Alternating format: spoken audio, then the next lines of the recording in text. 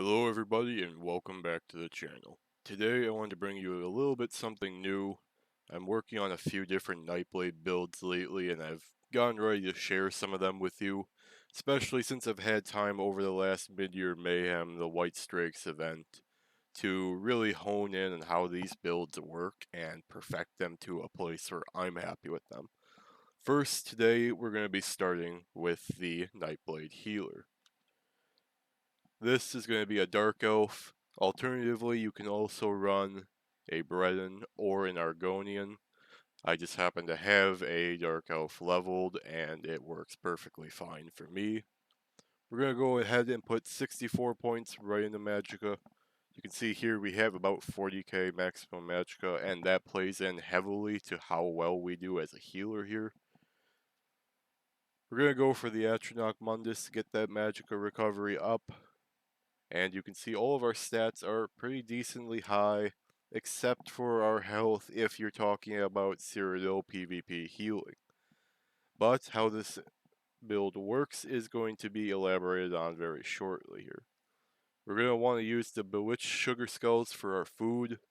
And you can see here I still have my Pelinol scroll up. I haven't had a lot of time to play him since the event. Now let's hop right into the gear. Of course, we're going to slap on 2 pieces of Earth Gore. I use 1 light and 1 heavy. The weights you can change around as you need for sustain, survivability, or extra weapon and spell damage. That much is up to you. And then we want to run 5 pieces of Shacklebreaker. And you've seen this before in some of my videos, and you're asking me, why are you still using Shacklebreaker? Especially on a Dark Elf that already has these passives, with the maximum Magicka and stamina. The reason we use Shacklebreaker is because there's recovery, there's extra weapon and spell damage, and there's both maximum stamina and magicka, which also buff up our heals. Now, you'll see this shortly into, again, the skills and the other set here. The other set we want to run is Almalexia's Mercy. This is a set you can source from Cyrodiil, and that heal on it doesn't look crazy, but this happens anytime you take damage, and it's going to apply every 3 seconds. Somebody throws a 20-second dot on you, this is going to be healing you the entire time. You're going to get some maximum health, you're going to get some armor, and then of course you're going to get that healing effect that not only heals you, but it heals anybody in your group that's nearby you within 7 meters. So if you're playing in a big pug group that's unorganized, maybe they're not getting 100% of the heals. But if you're playing in a small organized group or small scale, you're going to give your group free heals just for wearing a set. You don't have to do anything other than take damage, and it's healing everybody. Now, I really like this, especially when you're in keep fights, something like that, where you're in a very, small location. This is just going to be proccing off constantly. You're going to be getting free heals from this. And with our maximum magicka in this build, it actually heals pretty decently. So we're going to run 3 pieces with all arcane. You can go infused here, but I find the arcane is just a little bit better for pumping up that max magicka. I do have them all with weapon and spell damage enchants. If you use the Magicka glyph for this, you will get the Magicka recovery there. If you use the weapon damage glyph, you will get stamina recovery instead. It is only 10 points, but it's just something to keep note of. We're going to run an axe and shield on the front bar. Please don't have your shield in training, I'm a noob. You're going to have your axe empowered or defending. Alternatively, decisive is a decent option, but I like to run that with a dual wield because it will get you ultimate a lot faster. And then the back bar, of course, we have a powered restoration staff with a weapon damage enchantment. Pumps up our heals even further. Now let's hop into the skills. On our sword and shield bar, we use Blood Altar. You're going to want to morph this to either of your preference. It's a nice AoE lifesteal. Anytime your allies are damaging an enemy that's in that 28-meter radius, they're going to be getting free health back. And of course, there is the synergy, which as long as they're in the area, all they have to do is hit X and they get 40% of their max health back. And I believe the other morph can bump that up to about 60%. Dark Cloak. This is our major resolve. This is also our minor protection, which is just 5% less damage taken for free. And it's also a very good heal for you. And if you manage to be able to stay still while this heal is ticking, it's going to do increased, healing ticks on you. We use Degeneration because we need some sort of way to get our Major Brutality and Sorcery. You can use Sap Essence if you're really going to be close to people that often, but I find Degeneration is just the easier way to keep, closer to 100% uptime on that buff. And of course, it even does a little bit of damage to your enemies. I don't think you're going to get many kills with it because you're a healer, but you got that little bit of extra damage in there that helps your team. Inner Light. This is a nice way to stealth detect, though mainly you're having it slotted for the extra maximum magicka, the extra recovery, and the major savagery and prophecy, which is your critical ratings. You want to buff them up. Echoing Vigor. You should have this morphed. I don't because I am a noob. Let's go ahead and fix that real quick. This is going to be a nice heal over time that gets a decent area around you. You're going to want to keep this up any group you're playing in. Doesn't matter if you're with a pug, doesn't matter if you're in an organized group, doesn't matter if you're just a bunch of friends running around. You want your Echoing Vigor up in Cyrodiil, and you want to keep spamming that every 6 to 10 seconds, so it keeps it up on all your allies. We use Soul Siphon for our ultimate. This is just a massive heal that takes place over 4 seconds. I mean, this is crazy. You don't think too much about it, but then it also gives you Major Vitality, which increases the healing received. So you're gonna just give people a lot of heals per second with this ultimate. It's really insane. I mean, you don't think about it till you actually try using it.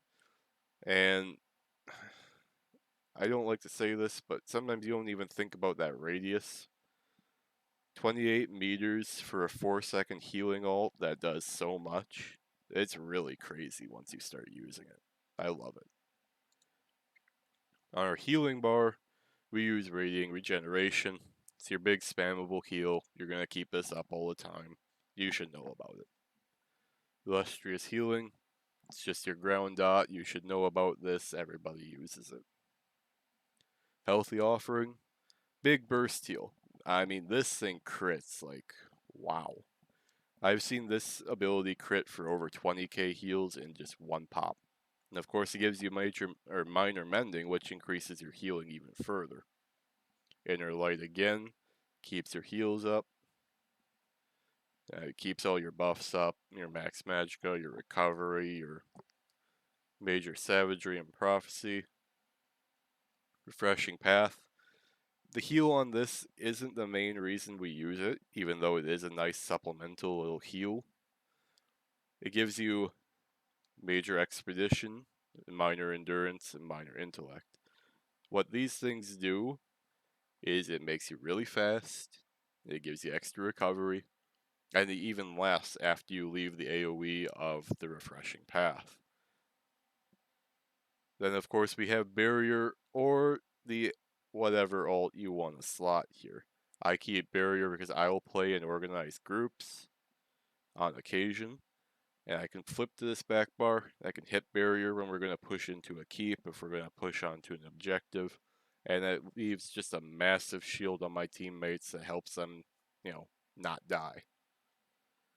If you want to, you can also use Soul Siphon on both bars, especially if you're going to play with a pug or organized group where you're not going to have the coordination for Barrier to be most effective.